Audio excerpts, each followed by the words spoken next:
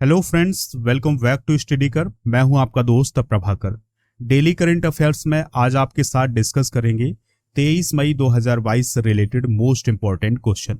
दोस्तों, ये जो क्वेश्चन है ये आपके एग्जाम के पॉइंट ऑफ व्यू से बहुत ही इंपॉर्टेंट है, क्योंकि दोस्तों एग्जाम में ऐसा देखा जाता है कि जो क्वेश्चन है वो डायरेक्ट आपसे एग्जाम में पूछ लिए जाते हैं। तो आप इनके नोट्स जरूर बनाइएगा, नोट्स बनाते जाइएगा, क्योंकि जब आप एग्जाम देने जाएंगे तो दोस्तों नोट्स से आप इसका रिवीजन आसानी से कर सकते हैं। ठीक है, इस लेक्चर को आप लास्ट तक जरूर सुनिएगा। लास्ट में कुछ क्वेश्चन पूछे जाएंगे इसी लेक्चर से रिलेटेड, तो उनके जवाब आप कमेंट बॉक्स में जरूर दीजिएगा। अगर आपको पीडीएफ डाउनलोड करना है तो पीडीएफ मिलेगा टेलीग्राम पर। टेलीग्राम चैनल का जो लिंक है वो डिस्क्रिप्शन बॉक्स में दिया गया है, तो वहां से आप इसका पीडीएफ आसानी से डाउनलोड कर सकते हैं। अगर आप किसी भी कॉम्पिटिटिव एग्जाम की तैयारी कर रहे हैं तो आप अपने चैनल स्टडी कर को फॉलो कर लें और बेल आइकॉन जरूर दबा लें, जिससे आपको समय पर और सबसे पहले नोटिफिकेशन मिल सकेगा। चलिए दोस्तों, पहला क्वेश्चन देखते हैं, इंपॉर्टेंट है, ध्यान से सुनिएगा। हाल ही में संयुक्त राष्ट्र के द्वारा विश्व आर्थिक स्थिति और संभावना रिपोर्ट जारी की गई है। तो उसके अनुसार वित्त वर्ष 2023 में भारत की अनुमानित जीडीपी विकास दर क्या रहेगी। तो दोस्तों 2023 का जो फाइनेंशियल ईयर है यानी वित्त वर्ष है, उसमें भारत की जीडीपी का जो विकास है वो किस दर से होगा, तो इसका आंसर होगा 6% की दर से। तो इस रिपोर्ट में ये कहा गया है कि भारत की जो जीडीपी की विकास दर है वो 6% की दर से आगे बढ़ेगी। ठीक है दोस्तों, यहां पर बात आई है जीडीपी की। तो जीडीपी का फुल फॉर्म क्या होता है, ध्यान से सुनते जाइएगा। जीडीपी का फुल फॉर्म होता है ग्रॉस डोमेस्टिक प्रोडक्ट। इसे हिंदी में बोलते हैं सकल घरेलू उत्पाद। तो दोस्तों सकल घरेलू उत्पाद को हम समझ लेते हैं, या जीडीपी क्या होती है इसको हम समझने का प्रयास करते हैं। किसी एक साल में देश में पैदा होने वाले सामानों और सेवाओं का अर्थ नौकरियों से है, कि कुल वैल्यू को जीडीपी बोलते हैं। यानी किसी एक साल में देश में जो सामान पैदा होता है, प्रोडक्ट बनता है, और जो सेवाएं यानी नौकरियां बनती हैं, उनकी जो कुल वैल्यू होती है उसे ही हम क्या बोलते हैं, जीडीपी बोलते हैं। अब जीडीपी का दोस्तों क्या महत्व है थोड़ा सा आप समझने का प्रयास करिएगा। जिस तरह से एक स्टूडेंट होता है उसकी मार्कशीट होती है, और उस मार्कशीट से ये पता चलता है कि वह स्टूडेंट किस विषय में मजबूत है और किस विषय में कमजोर है। ठीक है, उसी प्रकार से जीडीपी होती है। तो दोस्तों जीडीपी से ये पता चलता है कि किसी भी देश में जो आर्थिक गतिविधियां हो रही हैं उसमें वह किस सेक्टर में तेजी से विकास कर रहा है, तेजी से गिरावट आ रही है, या कितना विकास कर रहा है। ठीक है दोस्तों, तो ये किससे पता चलता है, जीडीपी से पता चलता है। संयुक्त राष्ट्र की जो विश्व आर्थिक स्थिति और संभावना रिपोर्ट है उसमें 2022 के लिए ये बताया गया है कि जो जीडीपी का अनुमान है, जीडीपी का जो विकास दर है 2022 में वो 6.4% की दर से आगे बढ़ेगा। ठीक है दोस्तों, और यूक्रेन युद्ध जो हो रहा है, यूक्रेन और रसिया के बीच में जो युद्ध हो रहा है, उसमें इस रिपोर्ट में यह कहा गया है कि जो ग्लोबल इकोनॉमिक डेवलपमेंट है वो 4% की बजाय 3.1% हो जाएगा। ठीक है दोस्तों, तो ये रिपोर्ट में कहा गया है। बात आई है संयुक्त राष्ट्र की। तो संयुक्त राष्ट्र को यूनाइटेड नेशन भी बोलते हैं। दोस्तों इसकी स्थापना 1945 में हुई थी, और यह इंटरनेशनल ऑर्गेनाइजेशन है, यानी अंतरराष्ट्रीय संगठन है। इसके कुल सदस्य कितने हैं, यानी कितने देश इस संगठन से जुड़े हुए हैं, तो 193 सदस्य इससे जुड़े हुए हैं। ठीक है, संयुक्त राष्ट्र का काम क्या होता है, तो दोस्तों संयुक्त राष्ट्र का काम होता है जो इसके सदस्य राष्ट्र हैं उनमें शांति, सुरक्षा और मानवाधिकारों यानी ह्यूमन राइट्स की रक्षा करना और मानवीय सहायता करना।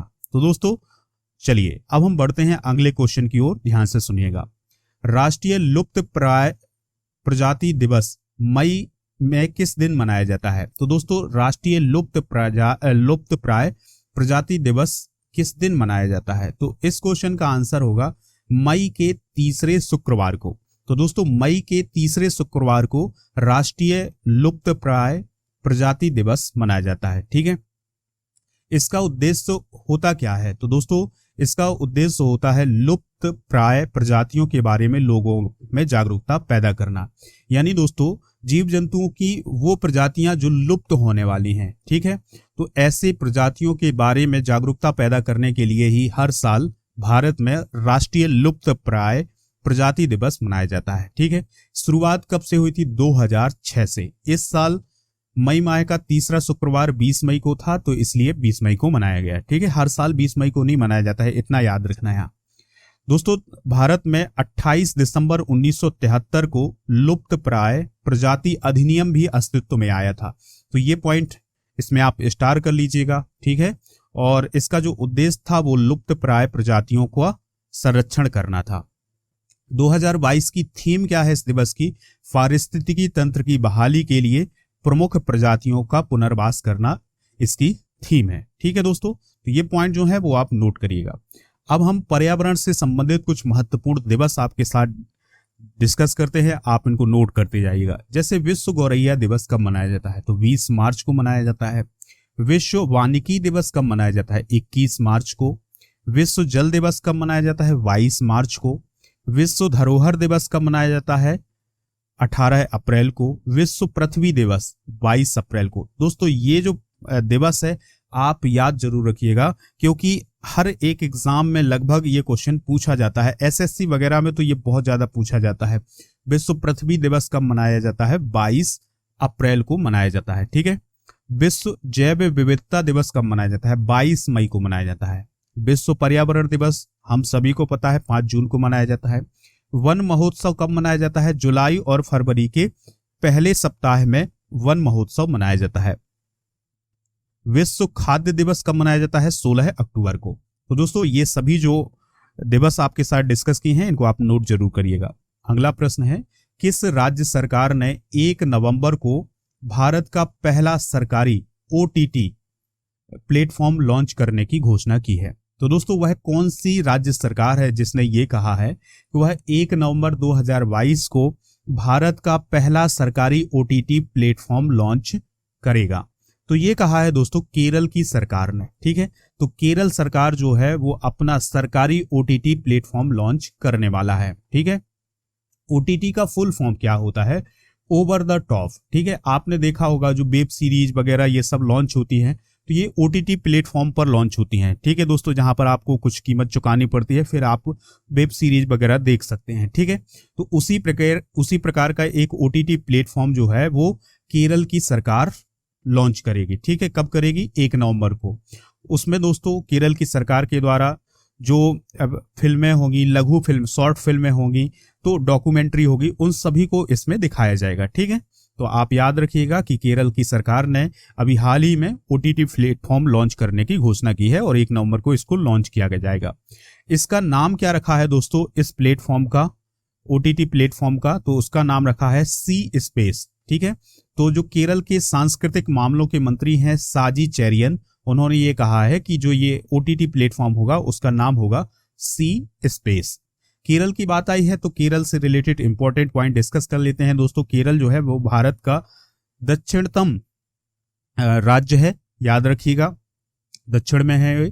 राजधानी क्या है? तिरुवनंतपुरम है। राजकीय भाषा क्या है? मलयालम है और तमिल है। यहाँ के मुख्यमंत्री चीफ मिनिस्टर कौन है? पिनाराई विजयन है। राज्यपाल कौन है दोस्तों? आरिफ मोहम्मद खान है।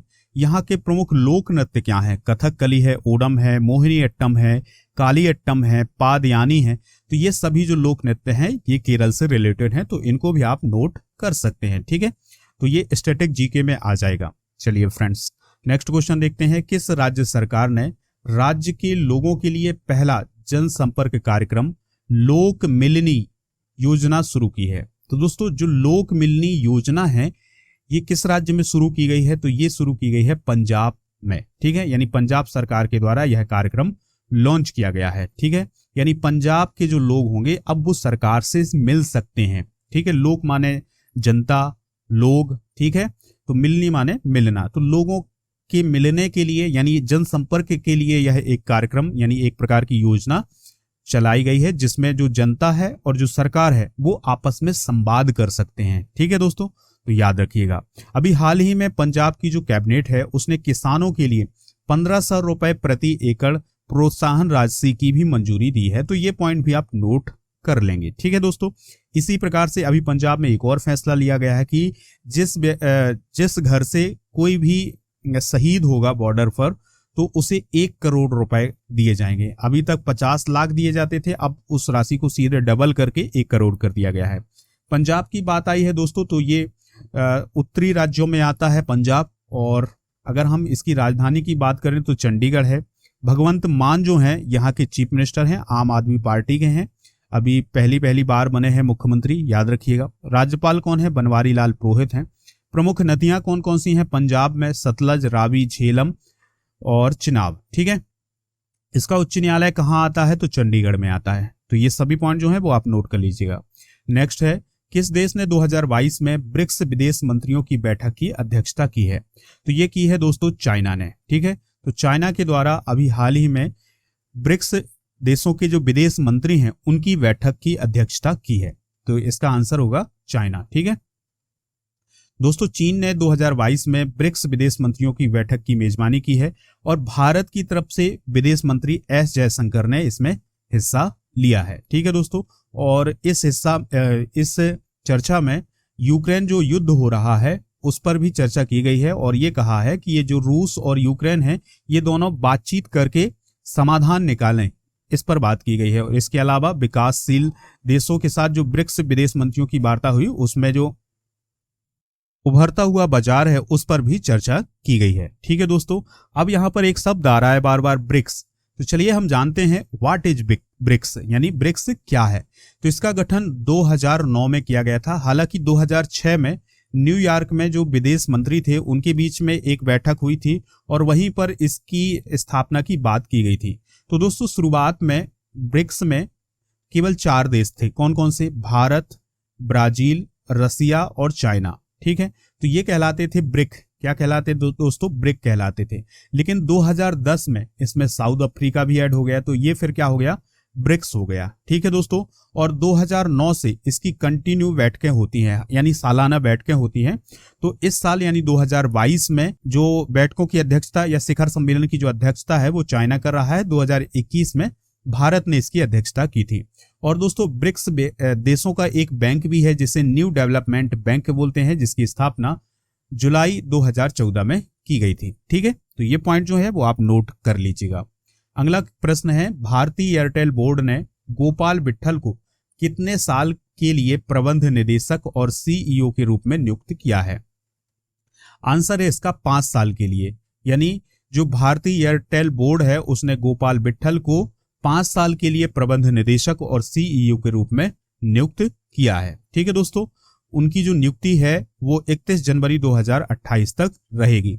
यहां पर बात आई है भारतीय एयरटेल की। तो दोस्तों, भारतीय एयरटेल जो है वो एक भारतीय दूर संचार कंपनी है, यानी टेलीकॉम कंपनी है। ठीक है, इसकी स्थापना हुई थी 7 जुलाई 1995 को। इसके संस्थापक कौन है? सुनील भारती मित्तल। ठीक है दोस्तों, तो ये सभी पॉइंट जो है वो आप नोट जरूर करते जाइएगा। लेक्चर अगर आपको पसंद आ रहा है तो आप इसे लाइक कर दें और दोस्तों के साथ शेयर जरूर करें। अगला क्वेश्चन है दोस्तों, ध्यान से सुनिएगा। हर साल आतंकवाद विरोधी दिवस कब मनाया जाता है? तो ये मनाया जाता है हर साल 21 मई को। कब मनाया जाता है? 21 मई को मनाया जाता है। तो इस पॉइंट को आप नोट करिएगा कि हर साल आतंकवाद विरोधी दिवस कब मनाया जाता है? 21 मई को मनाया जाता है। ठीक है दोस्तों, आतंकवाद विरोधी दिवस जो है वो पूर्व प्रधानमंत्री राजीव गांधी की पुण्यतिथि पर मनाया जाता है। हुआ क्या था कि 21 मई 1991 को तमिलनाडु के श्री पेरम्बुदूर में कांग्रेस पार्टी के लिए प्रचार करते समय जो लिट्टे आतंकवादी संगठन था उसके द्वारा उनकी हत्या कर दी गई थी। ठीक है दोस्तों, तो इसी को याद करने के लिए ही आतंकवाद विरोधी दिवस जो है वो 21 मई को मनाया जाता है। ठीक है दोस्तों, और राजीव गांधी जो थे वो 40 साल की उम्र में शपथ लेने वाले भारत के सबसे कम उम्र के प्राइम मिनिस्टर थे। ठीक है, चलिए फ्रेंड्स, अगला क्वेश्चन देखते हैं, इंपॉर्टेंट है, ध्यान से सुनिएगा। पेटीएम के प्रबंध निदेशक और मुख्य कार्यकारी अधिकारी यानी सीईओ के रूप में किसे नियुक्त किया गया है? तो इसका आंसर होगा विजय शेखर शर्मा को। तो दोस्तों, विजय शेखर शर्मा जो हैं वो पेटीएम के प्रबंध निदेशक और सीईओ बनाए गए हैं। ठीक है दोस्तों, तो पेटीएम के संस्थापक हैं विजय शेखर शर्मा, तो इन्हें प्रबंध निदेशक और सीईओ के रूप में फिर से पदभार दिया गया है। 19 दिसंबर 2022 से प्रभावी 5 साल की अवधि के लिए उन्हें यह पद दिया गया है, यानी वो 5 साल के लिए चुने गए हैं। ठीक है दोस्तों, पेटीएम की बात करें तो पेटीएम भुगतान बैंक है और ये इंडियन भुगतान बैंक है, ठीक है, यानी पेमेंट बैंक है एक प्रकार का। इसकी स्थापना 2015 में हुई थी। इसका जो मुख्यालय है वो नोएडा में है और इसके संस्थापक कौन है? विजय शेखर शर्मा। तो ये पॉइंट जो है वो आप नोट करते जाइएगा। ये थे आज के मोस्ट इंपॉर्टेंट करंट अफेयर्स। दोस्तों आपसे कुछ क्वेश्चन पूछे जाते हैं तो उनके आंसर आप कमेंट बॉक्स में जरूर दीजिएगा। पहला क्वेश्चन है, संयुक्त राष्ट्र में सदस्य देशों की संख्या कितनी है? दूसरा है, विश्व पृथ्वी दिवस कब मनाया जाता है? तीसरा है, केरल के मुख्यमंत्री कौन है? इन तीनों प्रश्नों के आंसर आप कमेंट बॉक्स में जरूर दीजिएगा। हमें इंतजार रहेगा आपके आंसर का। अगर आप अपनी तैयारी अनअकैडमी पर करना चाहते हैं तो राजा गुप्ता को फॉलो कर ले और कोड यूज करें राजा नंबर 1। और दोस्तों आप हमें खबरी पर जरूर फॉलो करें, मोस्ट इंपॉर्टेंट ऑडियो लेक्चर मिलते हैं। तो दोस्तों खबरी पर फॉलो करना ना भूलें। आपको ये लेक्चर कैसा लगा कमेंट बॉक्स में जरूर बताइएगा दोस्तों, अपना फीडबैक दीजिएगा और इसके अलावा दोस्तों को शेयर करिएगा। अगर आपको ये पसंद आया है तो लाइक जरूर करिएगा। मिलते हैं नेक्स्ट लेक्चर में। जय हिंद, वंदे मातरम।